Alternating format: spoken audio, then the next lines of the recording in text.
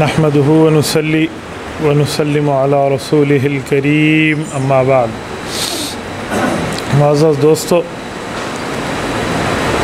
میرا آج پروگرام تو تفصیلی گفتگو کا تھا، لیکن کہتے ہیں موسم اور طبیعت کا پتہ نہیں چلتا۔ آج صبح سے طبیعت کافی خراب تھی۔ اللہ ان حضرات کو جزا خیر عطا فرمائے، ان نے گفتگو فرمائی ہے تو میں نے ایک نہیں 3 ڈرپ لگوائی ہیں، تو میں آپ کی خدمت میں 2-4 پوائنٹس کہنے جتنا ہو چکا ہوں، بس میں مختصر 2 سے 4 باتیں آپ کی خدمت میں کروں گا۔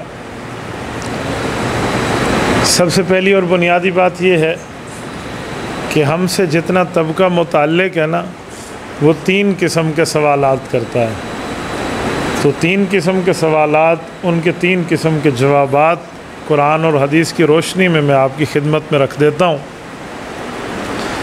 سب سے پہلی بات کہ لوگ کہتے ہیں ہماری نماز میں سستی ہوتی ہے، اس کا کوئی حل بتائیں۔ میں پچھلے ہفتے بیٹھا تھا، میں نے کچھ آیات اس پر اکٹھی کی ہیں، اس کا خلاصہ آپ کی خدمت میں رکھتا ہوں کہ جب نماز میں سستی ہو تو قرآن کریم کی ایک آیت اس بارے میں رہنمائی کرتی ہے۔ اگر اس آیت پر غور کر لیا جائے تو نماز کی سستی ختم ہو جائے گی۔ سورۃ مریم آیت نمبر 1:60 رب کریم فرماتے ہیں فَخَلَفَ مِن بَعْدِهِمْ خَلْفٌ أَضَاعُوا الصَّلَاةَ وَاتَّبَعُوا الشَّهَوَاتِ فَسَوْفَ يَلْقَوْنَ غَيًّا کہ کچھ لوگ ایسے ہیں جو اچھوں کے بعد آئے ہیں، برے بننے کی وجہ یہ تھی کہ ان لوگوں نے نماز کے وقت کو ضائع کیا، بنیادی وجہ کہ وہ شہوت میں مبتلا ہو گئے، تو رب کریم نے ان کو جہنم عطا کر دی۔ اس آیت کا خلاصہ یہی نکلتا ہے کہ اگر شہوت کے طریقے سے بچا جائے، شہوت کو غلط جگہ پر استعمال کرنے سے روکا جائے تو نماز کی سستی ختم ہو جاتی ہے۔ کوئی بندہ کہے کہ میں تو کوئی شہوتی کام نہیں کرتا، میں کوئی زانی ہوں، میں کوئی غلط کار ہوں، آپ کیا مجھے کہہ رہے ہیں؟ نماز کی سستی کی کوئی اور وجہ ہے۔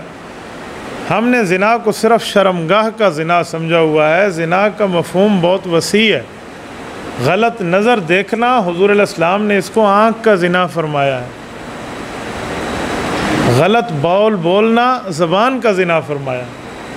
غلط جگہ پہ ہاتھ لگانا، ہاتھ کا زنا فرمایا، اور بری باتیں سننا، کان کا زنا فرمایا۔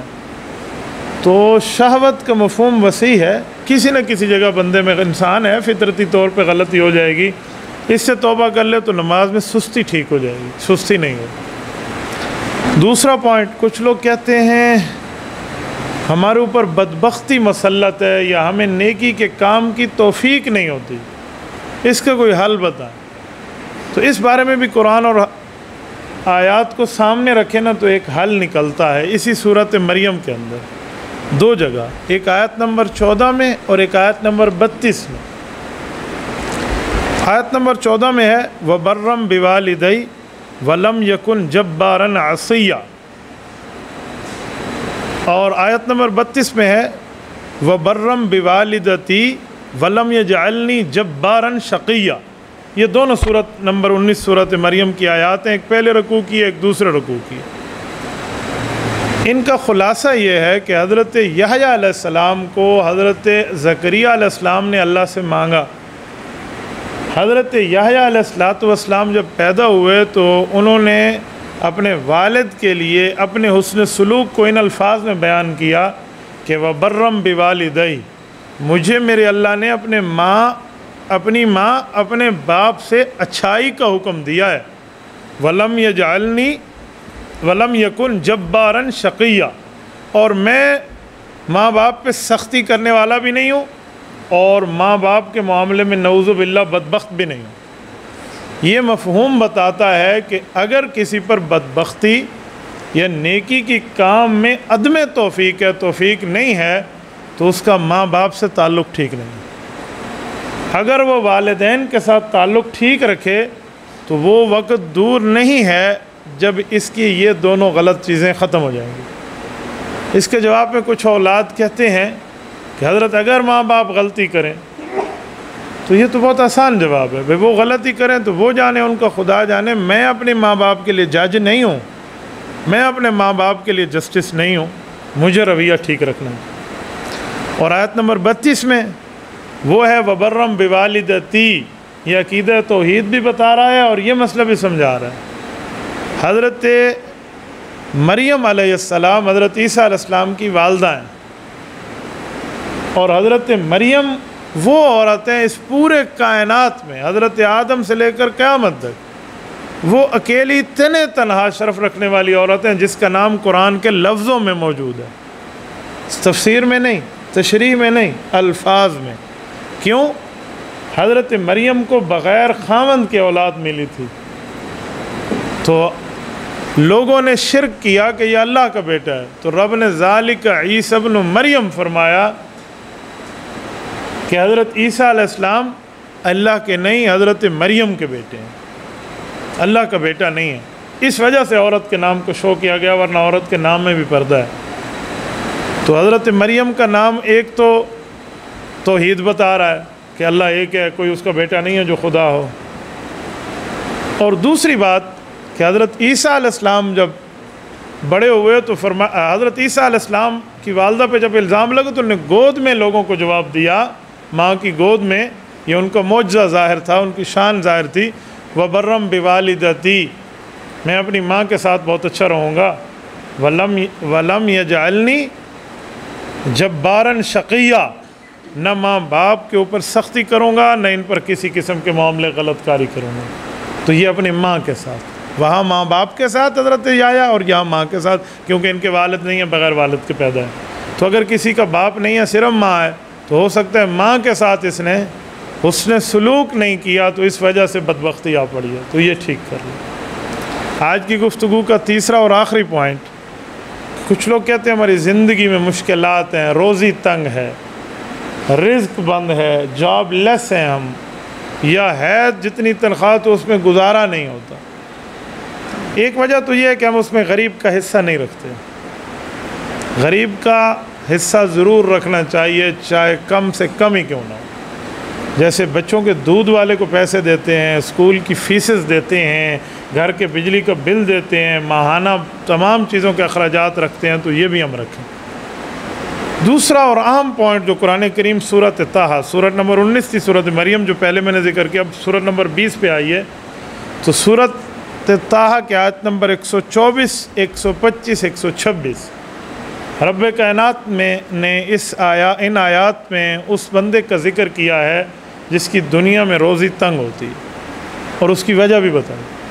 فرمایا وَمَنْ أَعْرَضَ عَنْ ذِكْرِي فَإِنَّ لَهُ مَعِيشَةً ضَنْكًا وَنَحْشُرُهُ يَوْمَ الْقِيَامَةِ أَعْمَى قَالَ رَبِّ لِمَ حَشَرْتَنِي أَعْمَى وَقَدْ كُنْتُ بَصِيرًا قَالَ كَذَلِكَ أَتَتْكَ آيَاتُنَا فَنَسِيتَهَا وَكَذَلِكَ الْيَوْمَ تُنْسَى۔ ایک شخص قیامت میں اٹھایا جائے گا جب اس کو رب کریم زندگی دے کر کھڑا کریں گے، وہ اندھا ہوگا، یاداشت اس کی ہوگی، تو وہ بولے گا اللہ دنیا میں دیکھتا تھا، مجھے سیاہ سفید کا فرق نظر آتا تھا، میں دیکھنے والا تھا، آپ نے مجھے اندھا کیوں کھڑا کیا؟ اگر میرے ہاتھ، میرے کان، میرا ناک، میری زبان، میرے پاؤں، میرا دل و دماغ واپس ہو سکتا ہے تو میری آنکھیں واپس کیوں نہیں ہو سکتی؟ رب فرمائیں گے اس کی ایک وجہ ہے، ہم بھی جانتے ہیں تو دنیا میں دیکھنے والا تھا، لیکن تو نے اپنی آنکھوں کو دین پر استعمال نہیں کیا تھا، اپنی آنکھوں کو دین سے پھیر لیا تھا۔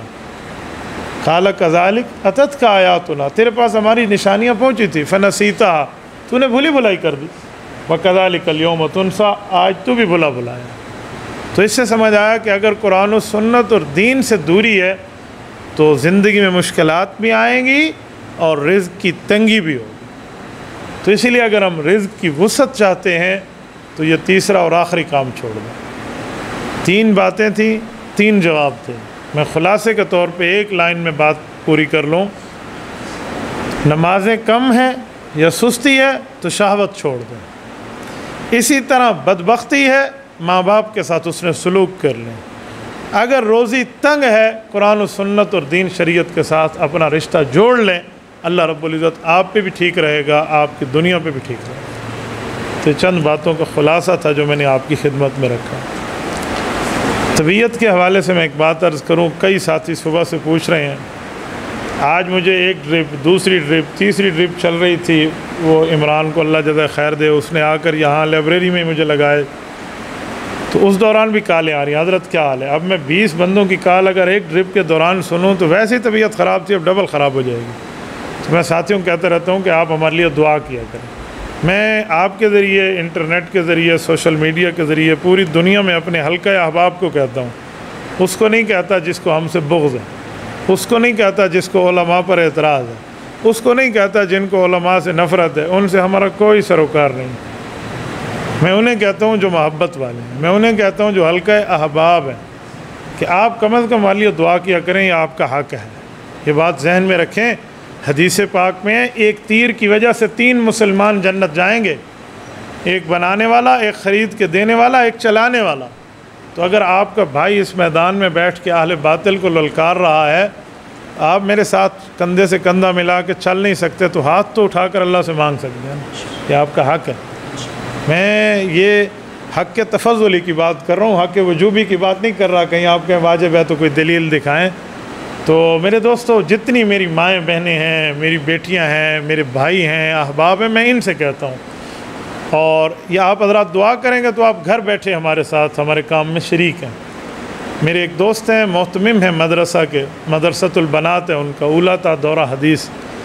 میں نے ان سے ایک بار گلہ کیا، میں نے کہا آپ ہمارے پاس نہیں آتے، آپ ہم سے تعلق نہیں رکھتے، جہاں ملیں آؤ کیا حال ہے، آتے نہیں ہو۔ انہوں نے کہا حضرت آپ نے پوری دنیا کے اہل باطل کو للکارا ہوا ہے نا، تو ہم نے بھی آپ کے لیے ایک طے کیا ہوا ہے۔ میرے مدرسے کی بچی اس وقت تک اسے داخلے میں یہ شرط نہیں طے کی جاتی تو داخلہ نہیں دیتے کہ اس بندے کے لیے اپنی نوافل میں دعا کرے گی۔ انہوں نے کہا اللہ جان، میری آنکھوں میں آنسو آ گئے۔ میں نے کہا یار تم لوگ ہو جو ہمارا سرمایہ ہو، تمہاری وجہ سے آج ہم بچے۔ میں اللہ رب العزت کی احسانات بتاؤں نا، میرے پاس الفاظ نہیں، اتنے احسان ہیں میں ان کو گن نہیں سکتا۔ ایک جملہ ابھی بتا رہا ہوں جو پرسوں کی بات ہے، غیبی نظام اللہ کا ہمارے ساتھ چلتا کیسے۔ میں اپنی گاڑی پہ یہاں سے بیٹھا ابھی 80 فٹ چلا ہوں گا، یہ سامنے قبرستان سے بھی ابھی نہیں گزرا تھا، ہماری گاڑی کا ٹائر راڈ اور بال جینڈ ہوتا ہے وہ ٹوٹ گیا اور ویل فری ہو گیا۔ ویل فری ہونے کا معنی یہ ہے کہ نہ اسٹیئرنگ کام کرتا ہے، نہ ریس کام کرتی ہے، نہ بریک کام کرتی ہے، وہ جیسے جا رہی ہے نا وہ ادھر جا کر جہاں ٹکرائے گی تو گاڑی رکے گی، چاہے دائیں جائے چاہے بائیں جائے۔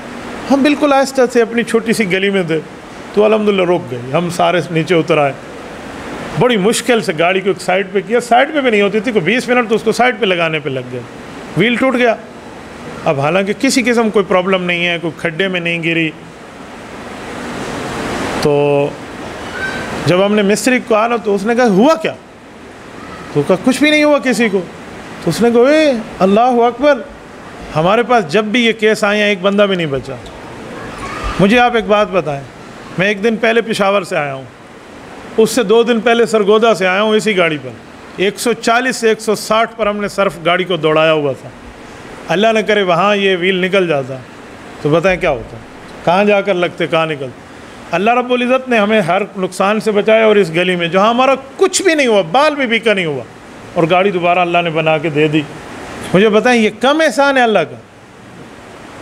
یہ موٹر وے پر ویل نکلتا، ہمارا اسباب کی دنیا میں کہہ رہا ہوں بچانے والا اللہ ہے۔ آپ کو ہمارا، ہم چنے جتنے بھی بچے ہوئے آپ کو نہ ملتے، کہ چنے جتنا کسی کا جسم بچا ہے۔ یہ میں ایک اس طرح کئی احسانات بتاؤں، میں نے کہا میرے پاس الفاظ نہیں ہیں واللہ العظیم۔ مجھے بعض اوقات اللہ جانتا ہے، اللہ سے حیا آ جاتی ہے ہاتھ اٹھاتے ہوئے کہ اللہ آپ کے اتنے کرم ہیں، میں اس کرم کے جواب میں کیا مانگوں۔ بعض اوقات زبانیں بند ہو جاتی ہیں، اپنی ذات کے لیے کہہ رہا ہوں، اپنے مانگنے کے حساب میں۔ تو یہ ہوگا نا تو یہ جان کا صدقہ، مال کا صدقہ، وقت کا صدقہ، جس کے پاس جان ہے نا وہ جان کا صدقہ دے گا۔ آج صبح میں تخصص کو علماء کرام سے یہ کہہ رہا تھا، میں نے کہا جان ہے تو جان لگاؤ، مال ہے مال لگاؤ، وقت ہے وقت لگاؤ۔ ضروری نہیں ہے کہ صرف مال کا صدقہ، ہمارے پاس اگر مال نہیں ہے تو جان اور وقت تو ہے نا، یہ ہم اللہ کے راستے میں لگائیں گے تو پھر اللہ رب العزت عطا فرماتا ہے۔ تو میں آپ کے ذریعے بھی اپنے حلقہ احباب کو کہتا ہوں، مخالفت والوں کو ہم کچھ نہیں کہتے، انہیں ہم شاباش کہتے ہیں، اور ڈٹ کے مخالفت کرو۔ میں کبھی کسی مخالف سے، وہ اپنا ہو پرایا ہو، سفید داڑھی ہو کالی داڑھی ہو یا داڑھی نہ ہو، میں ان سے پریشان نہیں ہوتا۔ میں انہیں کہتا ہوں مخالفت میں کس گیئر پر ہیں؟ تیسرے پر ہیں؟ چوتھے میں آ جائیں، چوتھے میں یا ڈبل ٹاپ پر آ جائیں، ہمیں آپ کی مخالفت سے کسی قسم کی کوئی سروکار نہیں ہے، جسے حق سمجھے ہم بیان کریں گے۔ کچھ لوگ مجھے کچھ عرصہ سے کہہ رہے ہیں حضرت آپ نے فلاں کے خلاف کہہ دیا، فلاں کے خلاف کہہ دیا، ان کی اتنی بڑی نیکیاں ہیں، ان کے اتنے بڑے کام ہیں۔ میں نے کہا نیکی اور کام کی بات نہیں ہے، اختلاف حق کا تھا، ہم نے کہہ دیا۔ آپ ایک مولوی کو اتنی گنجائش بھی نہیں دیتے وہ کسی دوسرے مولوی سے گلہ کر سکے۔ تو کہا حضرت آپ کا لہجہ سخت تھا۔ میں نے کہا قرآن کریم میں ہے لا يحب اللہ الجہر بالسوء الا من ظلم، فرمایا جس پہ ظلم ہو، جس کو تکلیف ہو، اگر وہ اونچا بھی بول جائے تو اس کا اونچا بولنا جرم نہیں ہے۔ یہ اللہ کا قرآن 6 پارہ پہلا صفحہ کہہ رہا ہے۔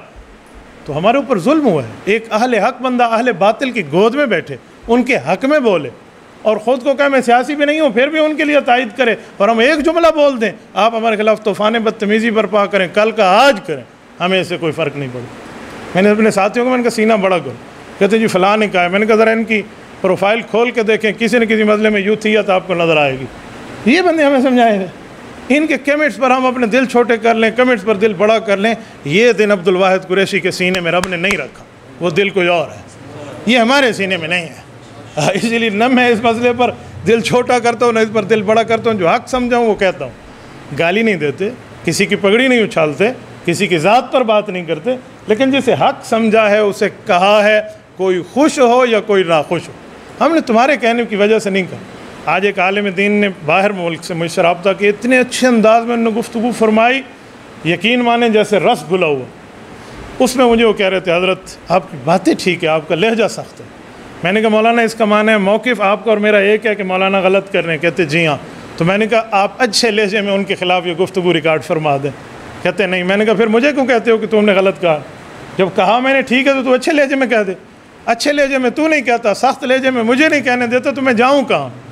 یہ تو وہی حال ہے، ایک آدمی نے کچھ چیز چھپائی ہوئی تھی اپنے دامن میں، اور تھا وہ بے وقوف، اس کا عقل تھا نہیں، تو کسی کو کہنے لگا کہ تمہیں پتہ ہے میرے دامن میں کیا ہے؟ اگر تم بتا دو تو سارے کے سارے انڈے تمہارے۔ اب بتا بھی دیا کہ انڈے، اور پھر کہا اگر یہ بتا دو نا کہ بدخ کے ہیں یا مرغی کے ہیں تو وہ مرغی بھی تمہاری، اور اگر بتا دو کتنے ہیں تو 12 کے 12 تمہارے۔ میں نے کہا یہ والا کام ہمارے ساتھ نہ کر۔ اللہ نے ہمیں الحمدللہ عقل بھی دیا ہے، اہل علم کے ساتھ بھی جوڑا ہے، اہل حق کے ساتھ بھی جوڑا ہے۔ ایک ہمارے مولوی صاحب ہیں، وہ کہہ رہے ہیں میں حضرت مولانا قائد جمعیت کے پاس آپ کی شکایت لے کر جاؤں گا۔ میں نے کہا جی بسم اللہ، قائد محترم فرما دیں گے میں آج رک جائیں گے۔ آپ جس مسئلے پہ شکایت کی بات کر رہے ہیں تو آپ چلے جائیے، آپ کو سمجھ آ جائے گی۔ بھئی ایک بندے کو، ایک عالم کو، چلو یار دوسرے عالم پہ آپ بات کرنے کا حق نہیں دیتے تو بولے گا کون؟ ایک مولوی کو کون سمجھائے گا؟ پورے پاکستان والے سارے چپ ہوں تو کسی کو تو نشانہ بننا پڑے گا۔ جو 100 تیر لگنے ہیں نا وہ میرے سینے میں لگ جائیں، میں سہ جاؤں گا، مجھے پرابلم نہیں ہے، لیکن حق بات پہ ہم کسی کی پرواہ نہیں کیا کرتے۔ یہ اس لیے آپ کو کہہ رہا ہوں کہ آپ بھی پریشان نہ ہوں، بس دل چھوٹا نہ کریں۔ ساتھی مجھے اسکرین شاٹ بھیجتے حضرت فلاں نے 2 کمنٹس آپ کے خلاف کیے، میں نے کہا 3 صفر اور لگا کے 2000 کرے، موقف نہیں بدلنا۔ یار موقف ایسے تھوڑا بدلا جاتا ہے، فلاں کے کہنے میں بدل دیں، فلاں کے کہنے پہ کوئی دلیل آئے، کوئی بات ہو تو پھر بندہ پیش کرے۔ تو اس لیے آپ حضرات سے میں کہتا ہوں آپ ہمارے لیے دعا تو ضرور کریں۔ جو حلقہ احباب ہے اس سے تو کہوں گا، جو حلقہ ابغاض ہے وہ جانے، اس کا کام جانے، ہمیں اس سے کوئی پرابلم، کوئی سروکار نہیں ہے۔ مولانا حیدری شیخ رحمہ اللہ فرماتے تھے ہمارے جلسے میں کچھ مسلمان آتے ہیں، کچھ مہمان آتے ہیں، تو فرماتے تھے مسلمان ہمارا ساتھ دیں، مہمان صرف نظارہ کریں۔ تو میں بھی اپنوں کو کہتا ہوں، اہل باطل کو ہم نہیں کہتے، یا چیک کرنے والوں کو ہم نہیں کہتے بھی آج کتنا بدلا، آج فلاں بدلا۔ اہل حق کا موقف ہے، اہل حق کی بات ہے، تو ہم زندہ رہیں یا دنیا سے چلے جائیں، ہم اہل حق کے پاس میں شمار ہوں گے۔